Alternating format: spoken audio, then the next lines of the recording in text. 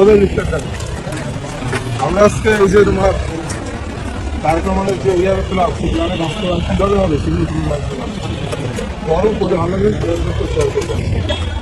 সেগুলোতে কী কী আছে আপনারা কাজটা কী কী কর্মসূচি বাস্তবায়ন করবেন, 1.5 বছরে 1.5 কোটি কর্মসংস্থান আগে তো সবসময় এইগুলো প্রচারণা করতে পারছি, এগুলো করলাম করে ভালো লাগলে বন্ধু বান্ধব ক্লাস করে সবার সাথে শেয়ার করতে পারি।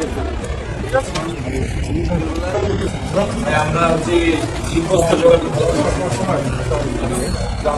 ভালো কাজ করতেছেন, আমরা একটা প্রচারণার জন্য আসছি। আপনারা দেখছেন যে তারেক রহমান দেশে এসে প্রথমে বক্তব্য বলছে যে I have a plan, we have a plan. সেই প্ল্যানটাকে এটা নিয়ে কিন্তু আমাদের অনেক কিউরিয়াসিটি আছে। তো সেই প্ল্যানটা কি, সেই প্ল্যানটা তুলে ধরার জন্য আপনাদের কাছে আসছি যে ক্রীড়া ক্ষেত্রে বা কর্মসংস্থানের ক্ষেত্রে আমরা কীভাবে পরিকল্পনাগুলো বাস্তবায়ন করবো। এখানে আমরা একটা ফ্যামিলি কার্ডের কথা বলছি, যে ফ্যামিলি কার্ডটা আমরা প্রত্যেক মাসে আমাদের প্রত্যেক বাড়ির যে নারী প্রধান থাকবে তারা 2 থেকে 2.5 টাকা পাবে অথবা এই সমমূল্যের পণ্য পাবে। তো এটা বাড়ির নারী প্রধানদের দেওয়ার কারণ একটাই যে আপনারা জানেন যে আমাদের মায়েরা কিন্তু অনেক ছোটো ছোটো বিষয় আমাদের উপর নির্ভরশীল হয়।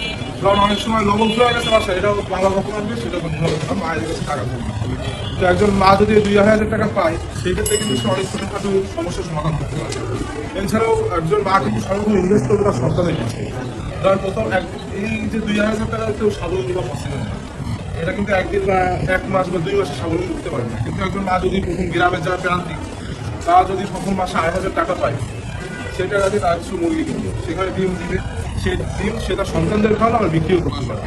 তারপরের মাসে সে যে টাকা পাবে সেটা যে তার সন্তানের পিছিয়ে খরচ করবে, একটা ভালো টিউশন এইভাবে কিন্তু ডে বাই ডে তার স্বাবলম্বী হবে।